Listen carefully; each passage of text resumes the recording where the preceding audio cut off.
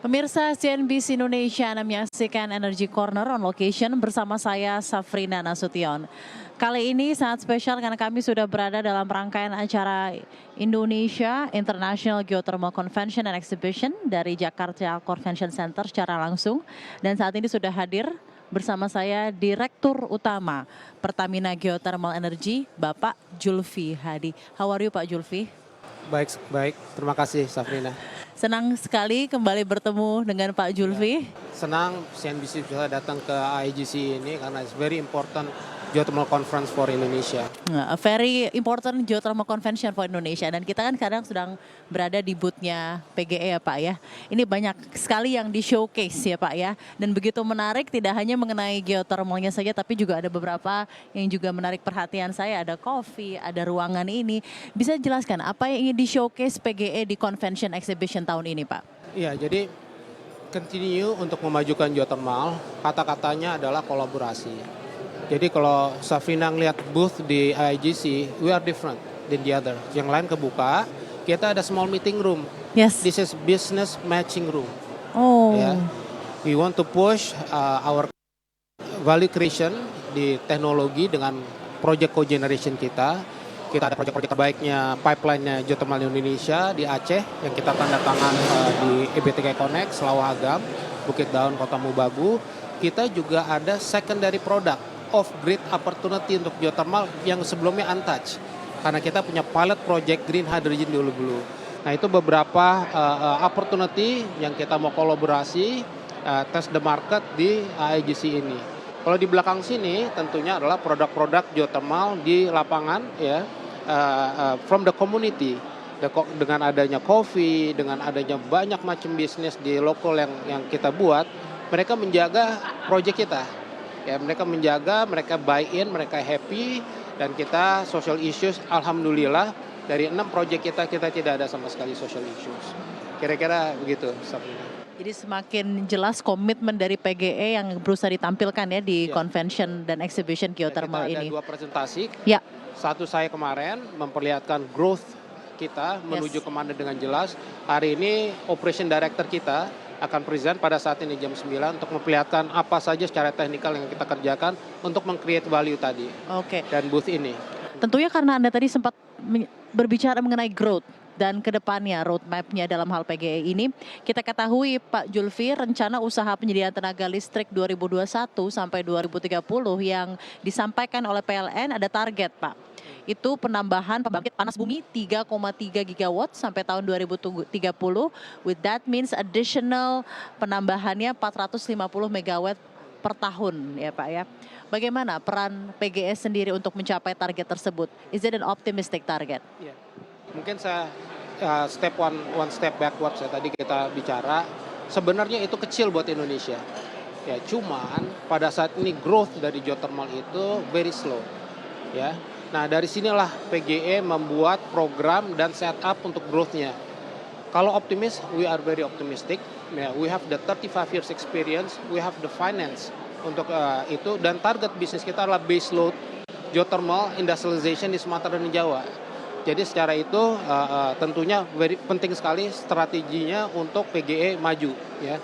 Kita sudah mempersiapkan 1 gigawatt kita dengan value creation teknologi, secondary product yang belum di-touch sekarang, yang perlu di-commercialize untuk membuat project itu commercial, dan kita juga ada beberapa project-project yang baik lagi selain itu, seperti Selawagam di Aceh, Kota Mubagu di Sulawesi Utara, dan Bukit Daun di Bengkulu. Kira-kira gitu. Dari hemat pandang Anda Pak Julfi, apa tantangan utama bagi PGE untuk mengembangkan potensi geothermal di Indonesia sendiri Pak? Jadi tantangan utama geothermal dan PGE dan yang lain adalah sama, commerciality of the project. Karena kita adalah sole off-taker-nya PLN pada saat ini. Ya.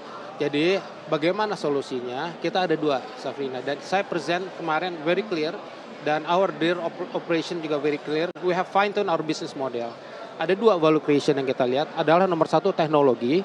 Karena we are resource-based business seperti oil and gas, cuman teknologinya masih pelan, belum ada breakthrough. Ya, seperti de-risking wells, enhance recovery dari sumur-sumur kita, power plant kita juga harus lebih cepat, lebih murah. dan mengekstrak semua energi dari geothermal, low temperature, high temperature, medium, ini harus dikerjakan. Dan Pertamina sekarang lagi mengerjakan teknologi-teknologi dengan collaboration with different partners, salah satunya di sebelah saya Ormat dan yang lain. Dan juga yang kedua adalah secondary product, ya, methanol, green hydrogen, silika yang ada itu juga harus dimajukan. Kita ada pilot project, ada preliminary studies, dan ada yang sudah kami implement. Dan ini salah satunya tadi di green matching room kita berusaha kolaborasi sama different potential partners. Jadi memang commerciality ya Pak ya, dan itu udah Anda sampaikan juga ya dalam pembicaraan kemarin ya Pak ya dalam. I think this is the root cause that everyone knows. Jadi waktu presentasi kemarin ya ada 3 issues di bawah acceptable tarifnya mana Pak katanya. Oke. Ya. Nomor 2 adalah all talks no action. Ya dari nomor 3 adalah kolaborasi. Dan ini tiga-tiganya sudah masuk di Pertamina. Alhamdulillah. Jadi kita mau growth, I think the program is clear, the business plan is clear untuk kita maju, dan maka itu kita juga going abroad sekarang. Dan khusus dalam commerciality ini Anda melihatnya bagaimana Pak progresnya selama tahun 2023 ini, dan kita tahu ini sudah di bulan September, 3 years until full year 2023, kinerja PGE juga seperti apa Pak menurut evaluasi Anda? Saya rasa bagus, slowly but surely ya. Yang the most important sekarang adalah EPC yang sudah berjalan, yaitu Ulmut Bala Unit 2. Kita sedikit slow progress S-curve kita waktu engineering design. Cuman sekarang dengan konsorsium yang kuat antara Mitsubishi, Sepco, dan Wika, kita perkuat lagi. Insya Allah 2024 akhir we will COD. The latest maybe 1 or 2 months we will COD that. Hulu Lies juga jalan, semua stakeholder lagi mendukung kita. Insya Allah juga sesudah Januari 2 tahun dari situ EPC juga jalan, dan cogeneration kita lagi melihat teknologi sampai Desember untuk memastikan teknologi yang benar, karena memang kita behind di teknologi di geothermal ini, dan insya Allah pun itu akan berjalan quickly. The latest 2 or 3 years kita akan mendapatkan 210 additional megawatt from cogeneration. Semoga lancar ya Pak ya untuk rencana dan ekspansinya. Nah yang kita ketahui juga Pak, kita sempat bertemu sekitar 2 minggu lalu di acara AIPF ya Pak ya dalam ASEAN itu. Dan kalau tidak salah setelah dalam rangkaian acara itu ada pertemuan dari pihak Kenya bersama dengan Pertamina Geothermal Energy. Bisa jelaskan Pak tentang kunjungan dari pihak Kenya ke PGE, apa sebenarnya yang berusaha dikolaborasikan dan rencananya ekspektasi outputnya apa? Iya, jadi sebelum saya masuk ke pertanyaan Safrina, kenapa Kenya? Why exactly is Kenya ya? Kenya? Karena Kenya mempunyai giant field. Ya, kalau di Indonesia mungkin average ya ada yang 100, ada yang 300. Di sini we are talking about more than 500 megawatt.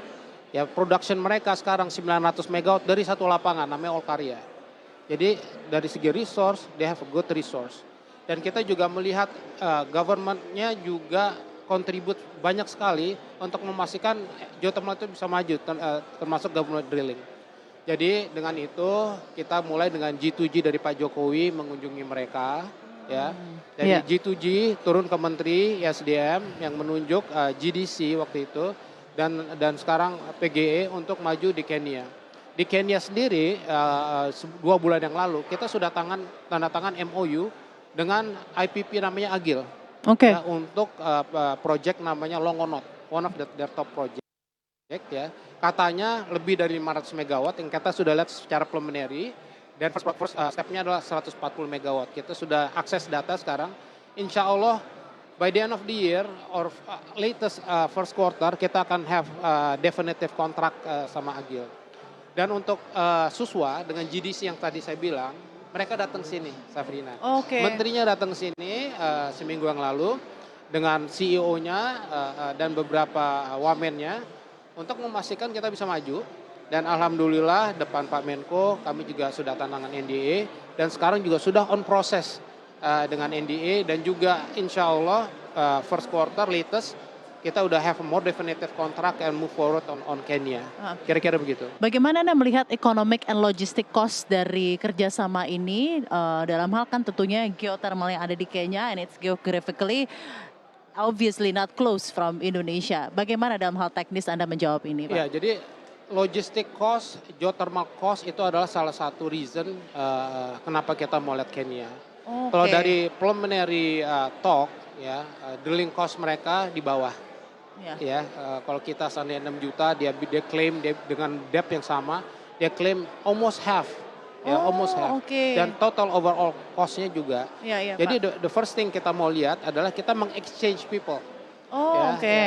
ada orang Kenya, sebentar lagi that environment ya. Mhm, Kita juga mau lihat dia akan belajar dari kita dan kita juga mau lihat secara regulasi mhm. bagaimana mereka bisa bisa maju dan cost-nya apa. Kalau problemnya ada, salah satu yang kami lihat adalah air katanya. Ya, Oh, air di daerah itu susah, cuman it's not the first time we have challenge yes. itu yang kita bisa accommodate itu. Kira-kira gitu. Menarik sekali diskusinya, namun sebelum kita break usai jeda nanti saya juga akan tanyakan setelah Kenya bagaimana rencana ekspansi bisnis dari PGE ke depannya di kancah global karena ada titah juga untuk BUMN untuk go global ya Pak. Nanti kita lanjutkan usai jeda, dijawab usai jeda. Tetap bersama kami di CNBC Oke, Indonesia sama. bersama dengan Direktur Utama Pertamina Geothermal Energy Bapak Julfi Hadi.